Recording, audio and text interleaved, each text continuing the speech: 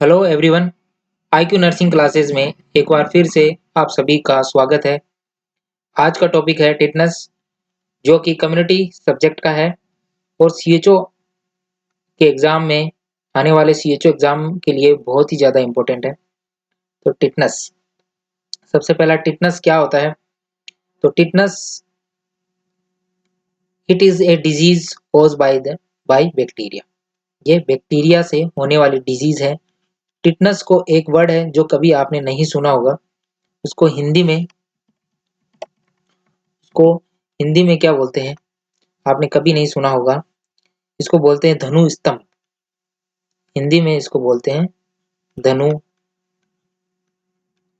स्तंभ बोलते हैं इसको। धनु स्तंभ, धनु स्तंभ, हिंदी में इसको धनु स्तंभ बोलते हैं। और क्या है कि सीएचओ को जो एग्जाम होने वाला है उसमें ज्यादातर मोस्टली हिंदी में भी कुछ क्वेश्चन पूछे जाते हैं, तो वो ऐसे वर्ड यूज कर सकता है क्योंकि प्रीवियस एग्जाम में भी ऐसे कुछ वर्ड यूज किए थे उन्होंने। तो आप सभी को पता होना चाहिए टिटनेस को धनु स्तंभ बोलते हैं। और ये it is a disease cause by bacteria. ये बैक्टीरिया से होने वाली डिजीज है। बैक्टीरिया को आप सभी को पता होगा, हिंदी में जीवाणु बोलते हैं।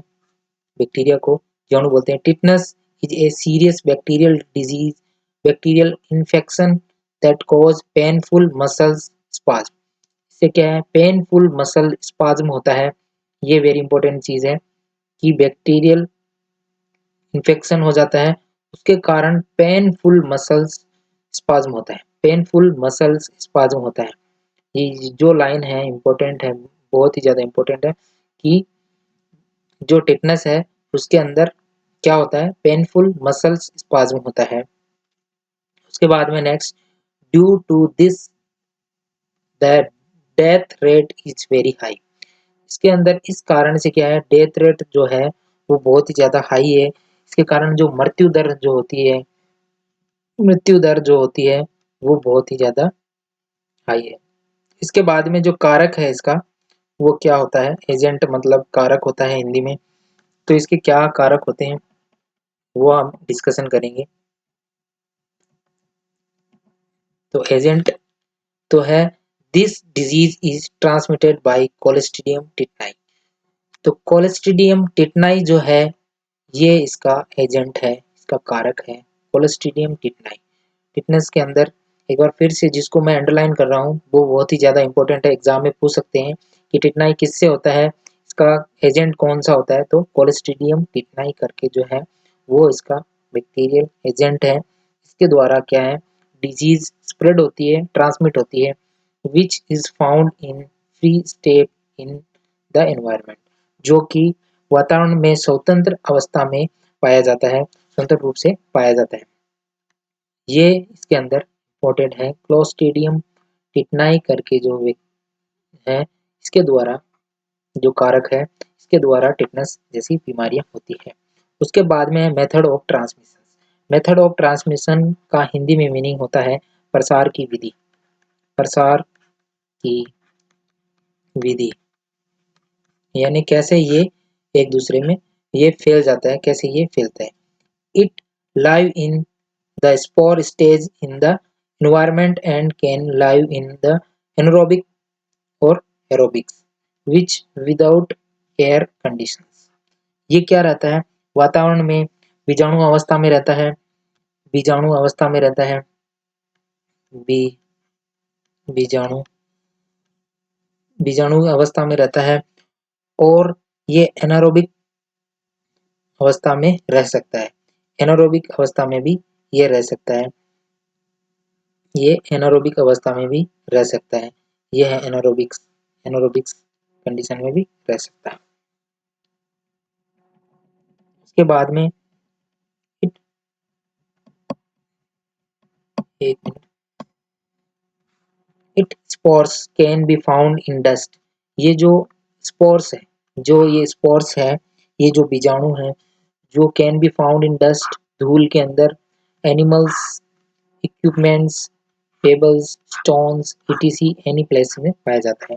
ये जो स्पोर्स हैं, ये जो इनके जो बीजाणु जो है धूल, जानवरों, उपकरणों और कंकर पत्थर आदि के अंदर ये पाया जा सकता है। It get activated when it come to contact with blood.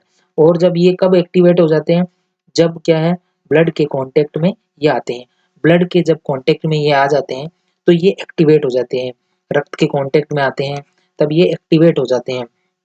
तो ये किसके अंदर पाए जा सकते हैं, डस्ट के अंदर, एनिमल्स के अंदर, इक्विपमेंट्स के अंदर, कंकर पत्थर जो होते हैं उनके अंदर। तो जैसे ही चोट लगती है तो अगर कोई इंजरी हो जाती है, इंजरी हो जाती है तो इंजरी होने पर क्या होता है, इंजरी होने पर कोई जैसे पत्थर से लग जाए, किसी वुड से लग जाए, किसी लोहे से लग जाए, तो ये उसके द्वारा फिर वो क्या है बॉडी के अंदर क्या कांटेक्ट में आ जाते हैं, ब्लड के एक्टिवेट हो जाते हैं वो bacteria.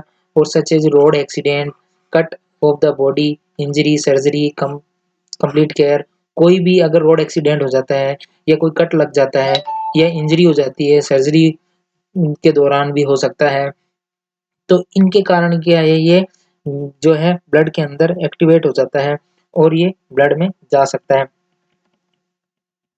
Not taken during the cutting of the umbilical cord of the newborn's.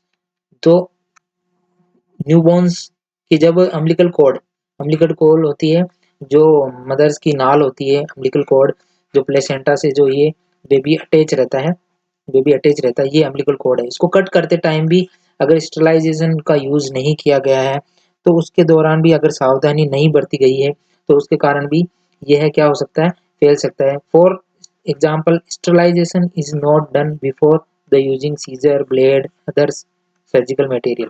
और सर्जरी के दौरान, सर्जरी जब किसी का ऑपरेशन करना हो, सर्जरी के दौरान, सर्जिकल सर्जरी के दौरान है ना, सर्जरी के दौरान क्या हो, और कोई भी इंस्ट्रूमेंट्स जैसे स्टरलाइजेशन इंस्ट्रूमेंट का यूज नहीं किया होगा। स्टराइल जो विसंक्रमित होते हैं, मतलब जो स्टराइल होते हैं वो जीवाणु रहित होते हैं।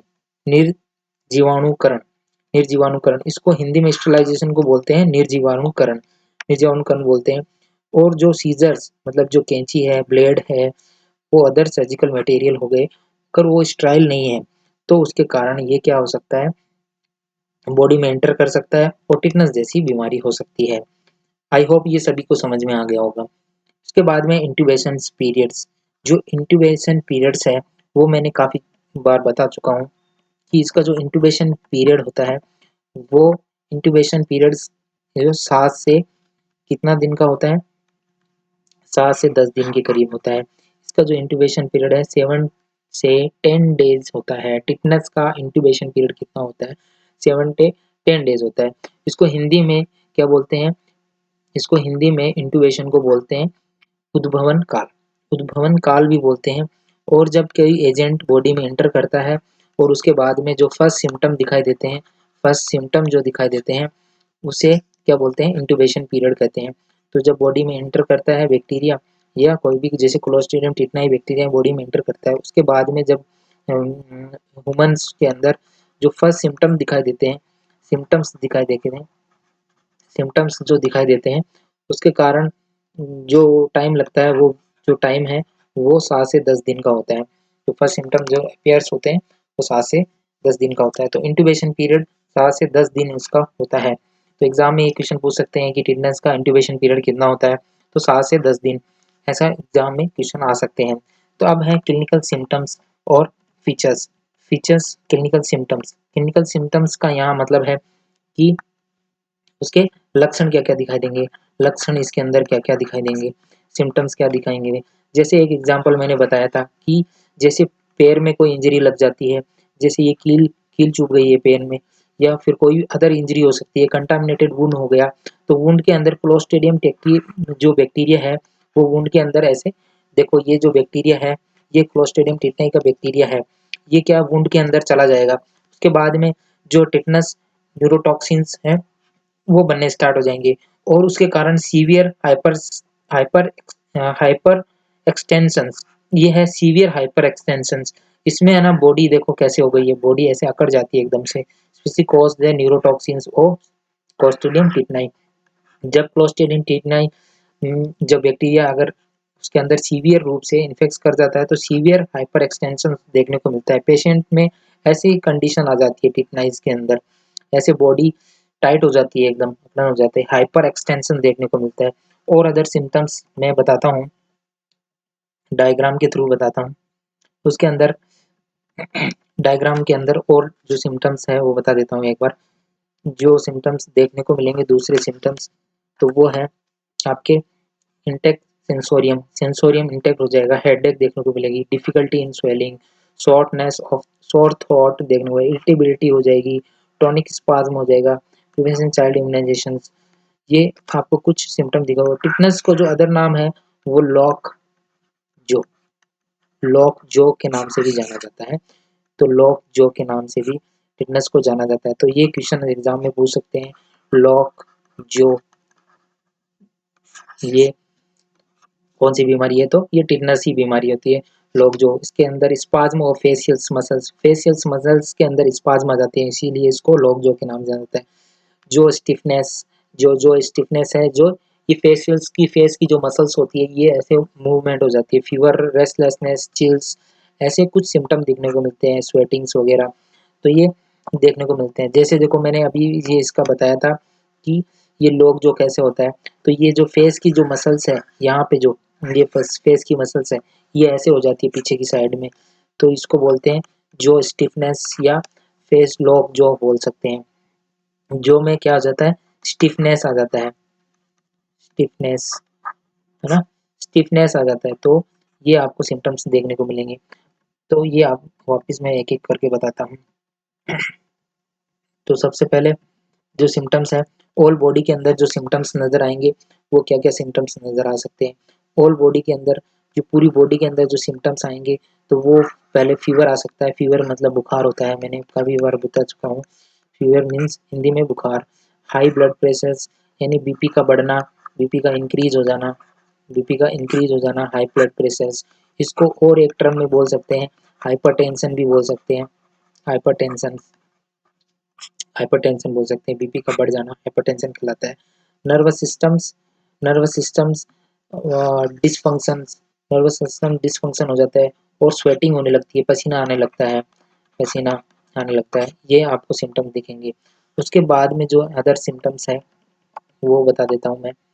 मस्कुलर में क्या सिम्टम्स देखने को मिलेंगे, तो मस्कुलर के अंदर जो सिम्टम्स हैं आपके, ये तो वो तो था फुल बॉडी के अंदर, अब है मस्कुलर्स के अंदर। मस्कुलर्स के अंदर जो सिम्टम्स देखने को मिलेंगे वो आपको मिलेंगे कि मस्कुलर्स के अंदर मसल्स स्पाज्म होगा, मसल्स स्पाज्म में मसल्स टाइट हो जाती है, हाइपर एक्सटेंशन मैंने सिम्टम्स में बताया था। मसल्स में क्रैम्प्स आएंगे, हाथों में क्रैम्प्स वगैरह आ सकते हैं। फेशियल मसल्स स्पाज्म में मैंने बताया था, लोग जो वाले जो सिम्टम्स बताए थे, वो फेशियल जो मसल्स स्पाज्म हो जाएगा। उसके बाद में स्टिफनेस मसल्स हो जाएगा, स्टिफ मसल्स, ये आपको मसल्स के अंदर जो सिम्टम देखने को मिलेंगे। उसके बाद में जो है नेक्स्ट, रेस्पिरेटरी में क्या सिम्टम देखने को मिलेंगे, तो रेस्पिरेटरी के अंदर जो सिम्टम देखने को मिलेंगे वो है episode no of no breathings. उसके अंदर ब्रीदिंग्स कभी कभी क्या हो जाएगी, एब्सेंट हो जाएगी, और शॉर्टनेस ऑफ ब्रीथ हो जाएगा, शॉर्टनेस ऑफ ब्रीथ देखने को मिलेगा, एपनिया देखने को मिल सकता है थोड़ा थोड़ा। तो ये आल्सो कॉमन, जो अब थोड़े से और कॉमन कौन कौन से सिम्टम्स इसके अंदर नजर आएंगे, तो जो सबसे मेन जो मैंने बताया था, लोग जो, जो टिटनेस को अदर नाम से भी जाना जाता है, लोग जो, ये वेरी इंपॉर्टेंट है, ये फ्यूचर एग्जाम में पूछ सकते हैं कि कौन सा है। उसके बाद में जो अदर सिम्टम्स है, एब्डोमिनल पेन, एब्डोमिनल पेन हो सकता है, रिजिडिटी हो सकती है, डिफिकल्टी इन स्वेलिंग हो सकती है, डिफिकल्टी इन स्वेलिंग, निगलने में डिफिकल्टी हो सकती है। उसके बाद में ड्रोइंग हो सकती है, फास्ट हार्ट रेट हो सकती है, यानी हार्ट रेट का बढ़ जाना, इंक्रीज हार्ट रेट, यानी टेकिकार्डिया, उसको टेकिकार्डिया बोल सकते हैं अपन, टेकिकार्डिया बोल सकते हैं। उसके बाद में इरिटेबिलिटी, स्पाज्म और बैक नेक स्टिफनेस, ये कुछ सिम्टम्स आपको देखने को मिलेंगे।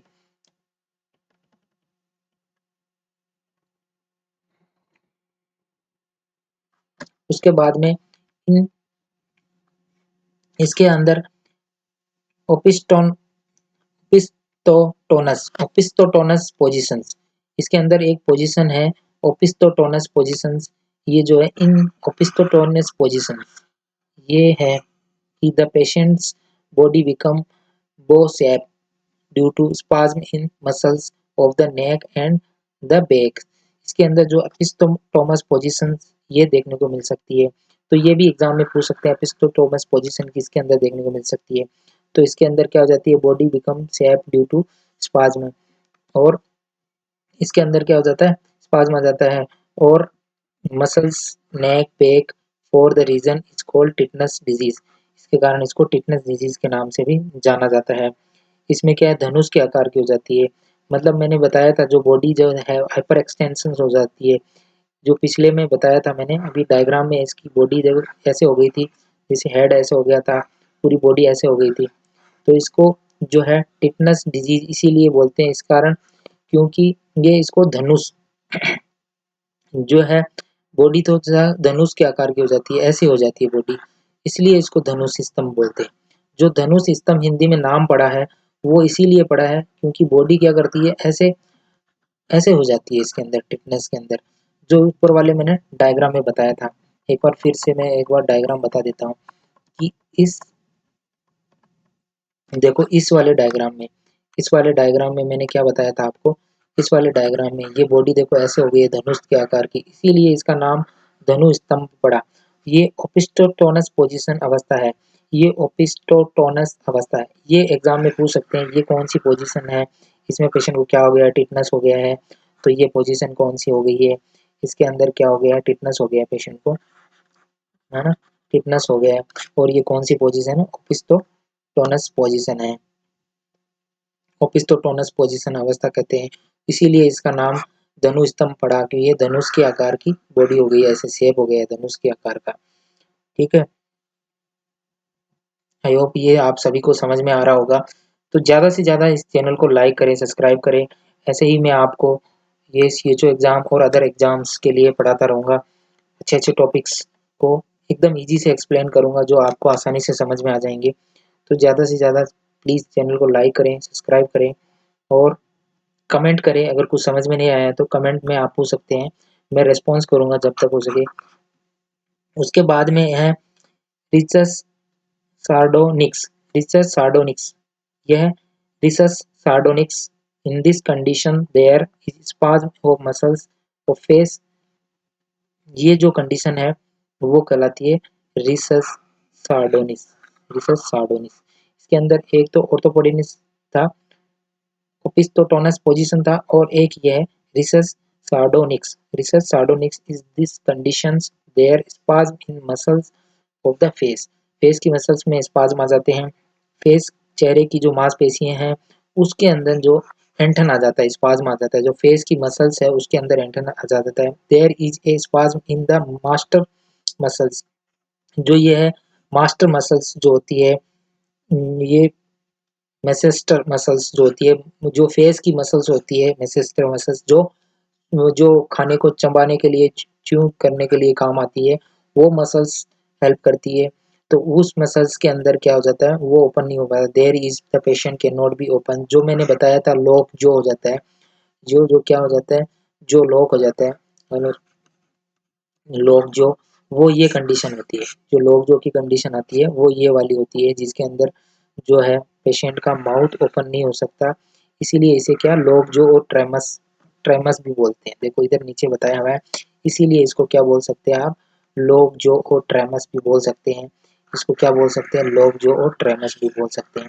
ये वेरी इंपॉर्टेंट है, इसके अंदर ये इंपॉर्टेंट क्वेश्चंस हैं, ये आप लगा देना कि लॉक जो, इसका एक जो वर्ड है वो ट्रेमस जो वर्ड है, ये वर्ड याद कर लेना आप, रिसस सार्डोनिक्स, रिसस सार्डोनिक्स जो वर्ड है वो याद एग्जाम में पूछ सकते हैं। रिसस सार्डोनिक्स की अवस्था कौन सी अवस्था होती है, तो ये टिटनस में आती है, लोग जो भी बोलते हैं इसको, इसलिए इसको लोग जो बोलते हैं। इसमें फसल जो फेस की मसल्स होती है, जो मसल्स होती है वो क्या हो जाती है, उसके अंदर जो स्पाज्म आ जाता है, एंठन आ जाता है, जिसके कारण ये फेस ऐसे हो जाता है पीछे की साइड में, जो मैंने डायग्राम में बताया था ऊपर, जो डायग्राम था उसके अंदर मैंने बताया था। और उसके अंदर क्या होता है, पेशेंट का मुंह ओपन नहीं हो पाता, इसलिए इसको लॉक जो और ट्रेमस भी बोलते हैं। इसीलिए इसको जो टिटनस का दूसरा नाम है, सेकंड नाम है, जो टिटनस का सेकंड नाम है वो यही नाम है। इसके अंदर क्या हो जाता है, लॉक जो हो जाता है, तो इसके लिए ये इसको जाना जाता है। ठीक है, अब है आगे बढ़ते हैं।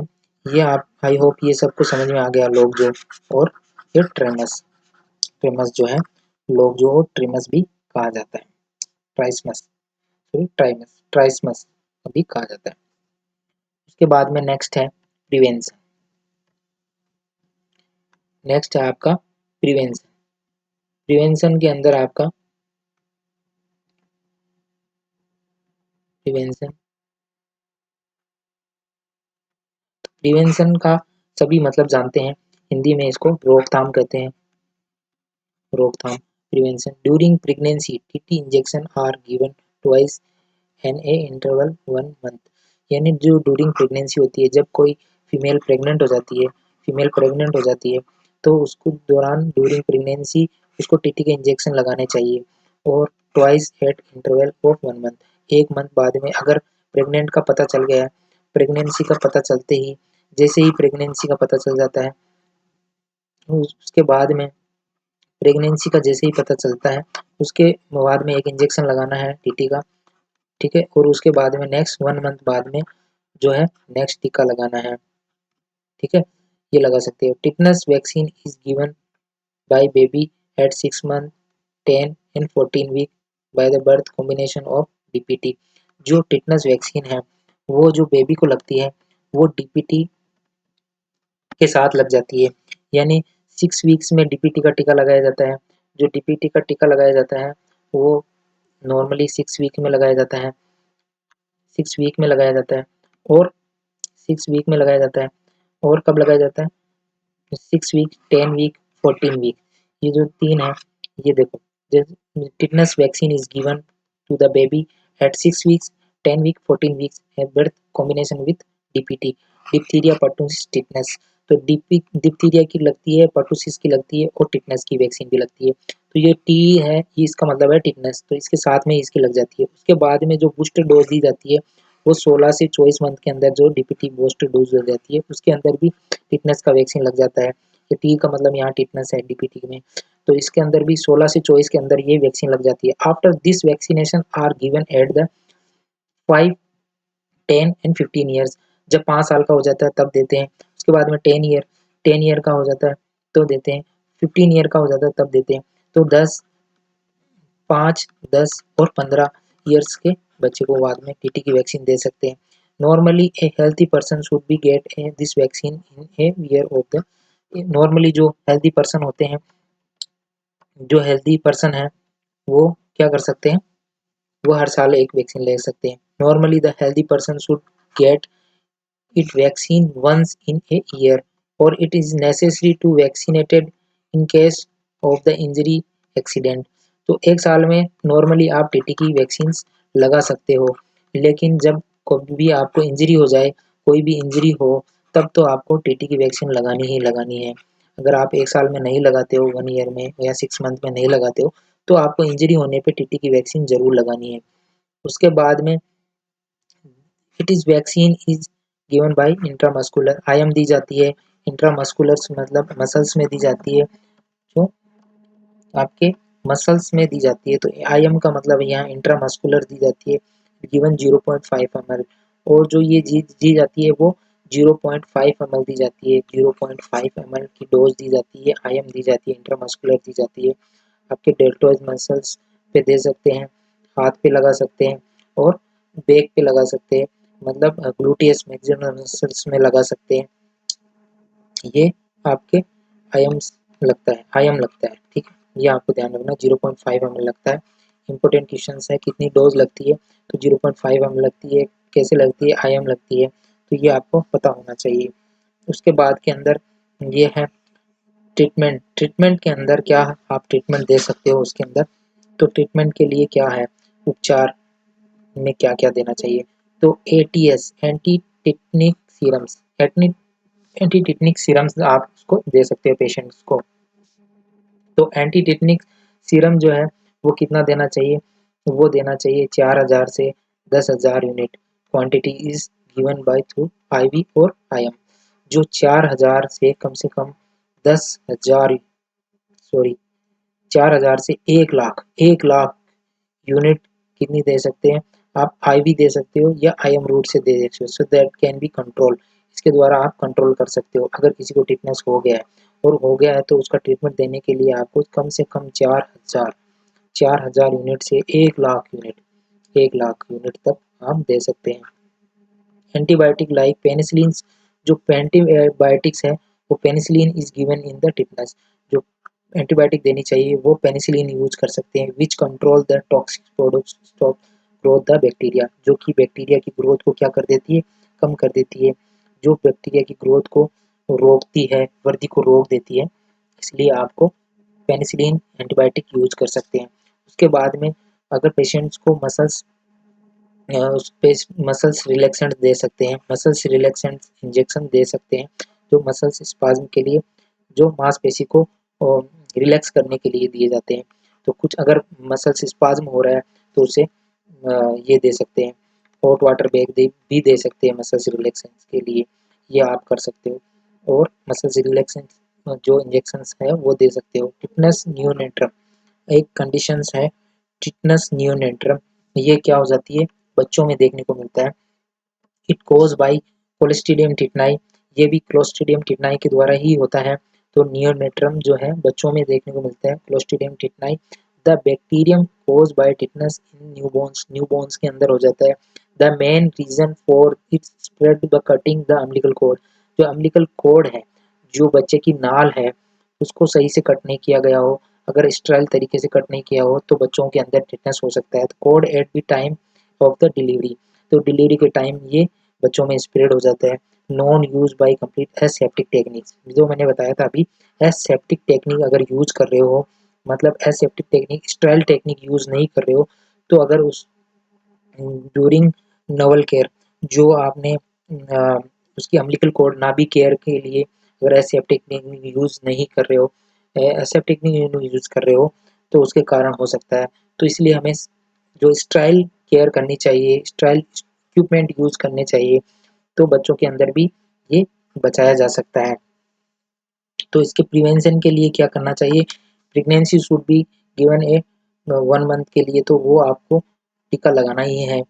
जो प्रेगनेंसी के अंदर टीका लगाया जाता है, TT vaccine should be given twice interval of the 1 month, यानी दो टिटनेस के 2 टीके लगते हैं प्रेगनेंसी के अंदर, 1 मंथ के गैप के अंदर, 1 मंथ का गैप लगता है और उसके अंदर आपके 2 टीके लगते हैं टोटल प्रेगनेंसी में, तो वो लगाने बहुत ज़रूरी है।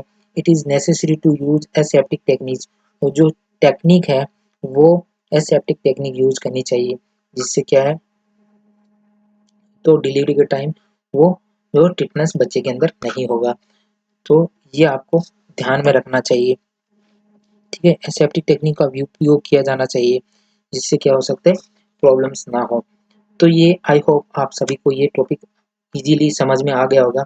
टिटनेस बहुत ही इजी टॉपिक है, जो कि क्लोस्ट्रीडियम टिटनाई से होता है। टिटनेस जो होता है वो क्लोस्ट्रीडियम टिटनाई से होता है। तो आई होप सभी को समझ में आ गया होगा। Thank you so much. Channel को ज़्यादा से ज़्यादा लाइक करें, मेरे चैनल को सब्सक्राइब करें। आगे ऐसे ही क्लास देखने के लिए चैनल को ज़रूर सब्सक्राइब करें, बेल आइकन को दबाएं, जिससे मैं नेक्स्ट क्लास लूँगा तो आपको पता चल जाएगा। बेल आइकन को दबा के रखेंगे तो आपको नोटिफिकेशन आ जाएगा। तो चैनल को लाइक करें, सब्सक्राइब करें और ज़्यादा से ज़्यादा चैनल को शेयर करें। Thank you so much.